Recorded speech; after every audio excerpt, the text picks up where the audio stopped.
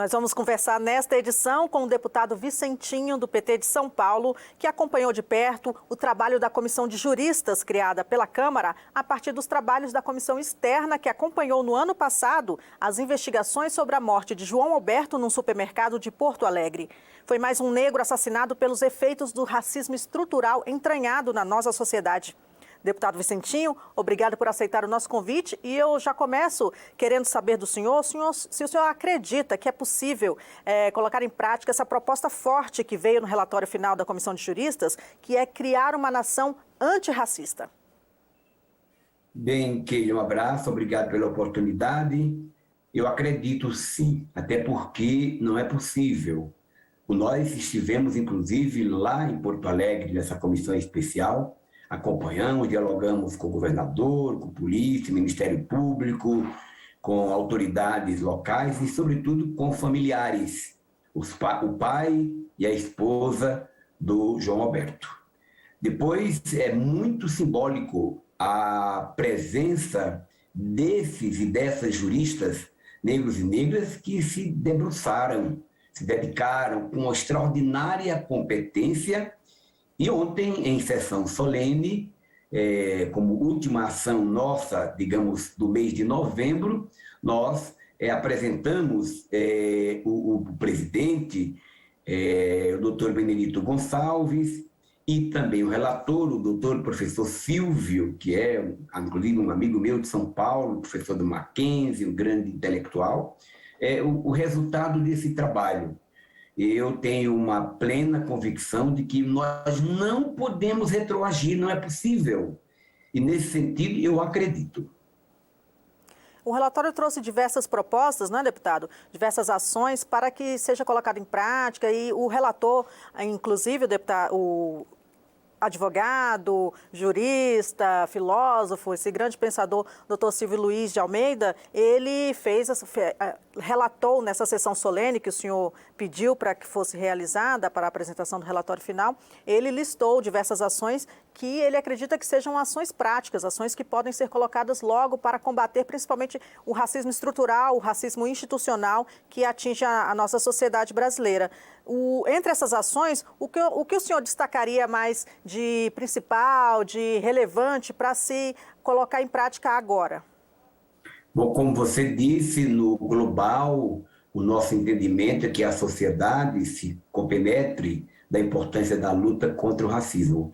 A luta contra o racismo não é uma luta somente de nós, os negros, é de toda a sociedade, dos brancos, de outras etnias, por isso a nossa fé.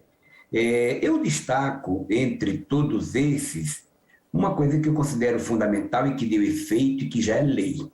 É a prorrogação por um prazo maior. Gostaria que nem fosse necessário, gostaria que não precisasse mais fazer isso, mas ainda se constata a necessidade, que é a prorrogação da lei de cotas, que propiciou aos jovens pobres, negros, da escola pública, vindo da periferia, a oportunidade de entrarem nas universidades.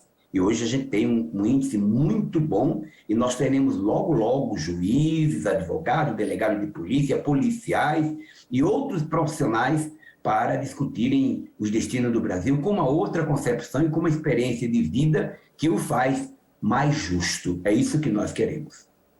Uma outra proposta que consta no relatório, deputado, é o ensino de história afro-brasileira nas escolas de todo o país, tanto escolas públicas quanto escolas privadas. Isso seria, então, investir na base, né? Investir já no ensino da ancestralidade, do que formou a nossa sociedade brasileira, para que as crianças já tenham essa noção desde pequenos, para que não se faça esse apagamento da cultura negra e que não precisaremos mais no futuro ter, por exemplo, o Dia da Consciência Negra, em que sempre quando a data se aproxima, há muitos comentários, há muitos questionamentos do porquê uma data, porquê um dia, já que a consciência é humana, mas por enquanto ainda precisamos dessa consciência negra, né? Ainda precisamos de um dia para lembrar que todos os outros 364 dias também os negros estão presentes na sociedade e merecem o mesmo status de todas as outras pessoas, não é isso? Verdade, Keila. O grande Nelson Mandela já disse que as pessoas não nascem odiando, elas aprendem a odiar. E se aprendem a odiar, também aprenderão a amar.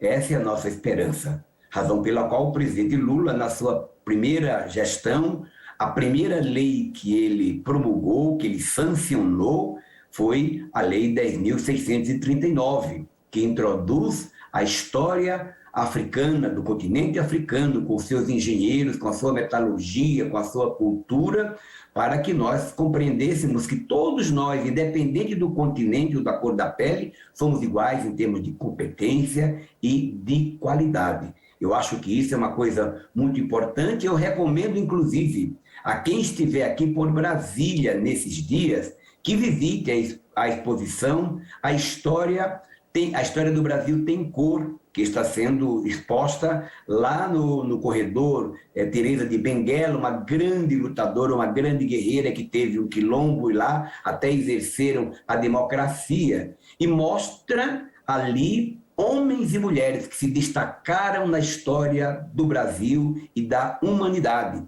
Isso mostra que ninguém deve ser julgado pela cor da pele, e sim pelo seu caráter. E quando uma criança nasce num ambiente de felicidade, veja, se você pega duas crianças pequenas, uma branca e uma negra, elas brincam, se tocam, se abraçam, correm para um lado para outro, até que um dia um pai que está com a mente envenenada fala, cuidado com aquele negrinho, aí começam os problemas. Por esse motivo, a formação é fundamental.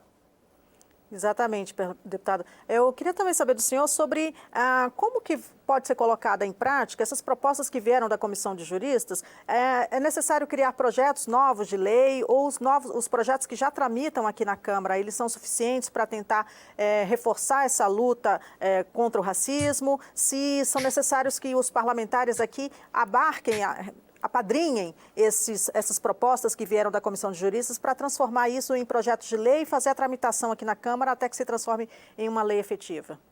Bom, ali tem muitos projetos, evidentemente que nós vamos nos debruçar enquanto comissão sobre todas essas propostas apresentadas. Aquilo que couber lei, nós apresentaremos como projeto de lei.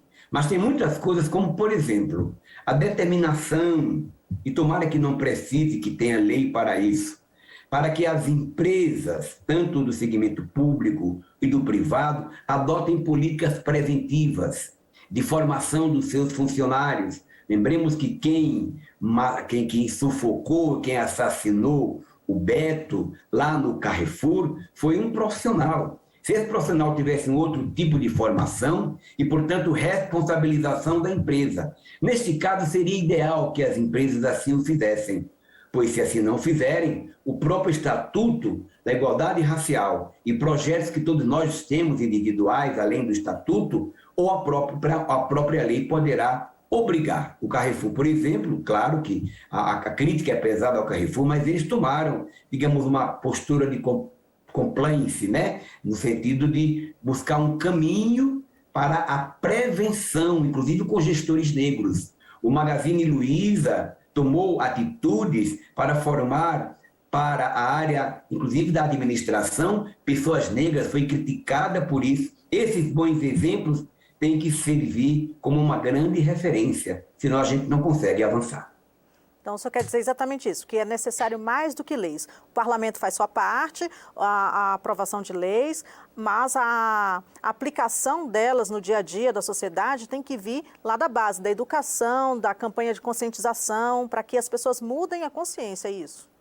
Sim, do mesmo jeito que a luta contra a misoginia, o machismo, a luta em defesa das mulheres, é uma luta em que pese a mulher, claro, tem que ser protagonista, mas é uma luta de todos, homens e mulheres. A luta para o combate ao racismo, embora o protagonismo seja do povo negro, é uma luta que tem que ser de todos e de todas. Por isso, quando se fala na consciência negra, em primeiro lugar, a consciência de que nós negros somos negros.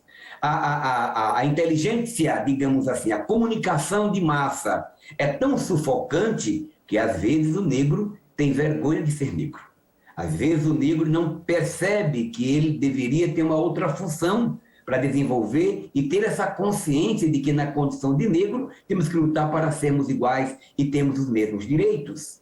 A mesma coisa é para a comunidade que não é negra e compreender que é fundamental que nós nos juntemos. Eu me lembro que nos movimentos como o do Mandela, do Dr. Martin Luther King, muitas pessoas brancas passeando, participando das manifestações e das lutas. Vai chegar esse dia. Essa é a nossa esperança também, deputado. Muito obrigada pela presença aqui do senhor no Palavra Aberta. Obrigada a você também que nos acompanhou. Até o próximo programa.